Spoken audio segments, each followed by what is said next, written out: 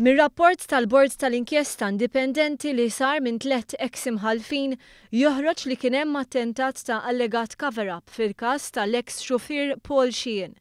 Dan l-allegat cover-up sar minn persuni qribu, fosthom nies li marru fuq il-post tal-inċident. Ir-rapport jgħid biċ-ċari li m'hemmx każ ta' cover-up politiku.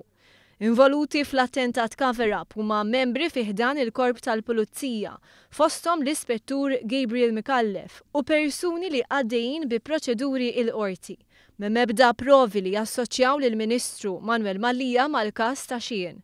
Madankollu l-Ministru naqas meta kellu r-responsabbiltà jara li l-istqarrijiet dwar il-każ joħorġu b'mod korrett. Manuel Mallia kien jaf li kien hemm skorrettezzi fl-ewwel stqarrija u nġibditlu l-attenzjoni minn dawk inkarigati mill-komunikazzjoni.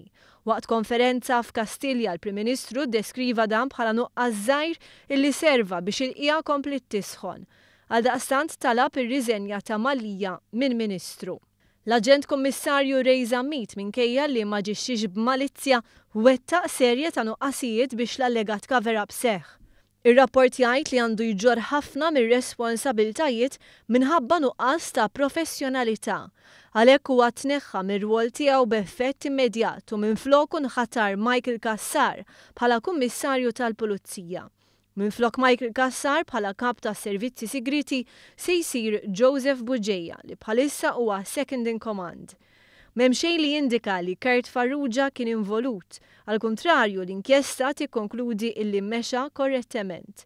M'hemm xejn li jassoċja lil Silvio Scerri, Chief of Staff ta' Mallia, mal-allegat cover-up. Ir-rapport juri li l-Prim Ministru mexa b'korrettezza u trasparenza u jiftaħ billi jgħid li l-allegazzjoni li l-inkjesta indipendenti kienet cover-up tikkostitwixxi għal pressjoni politika mhux xierqa.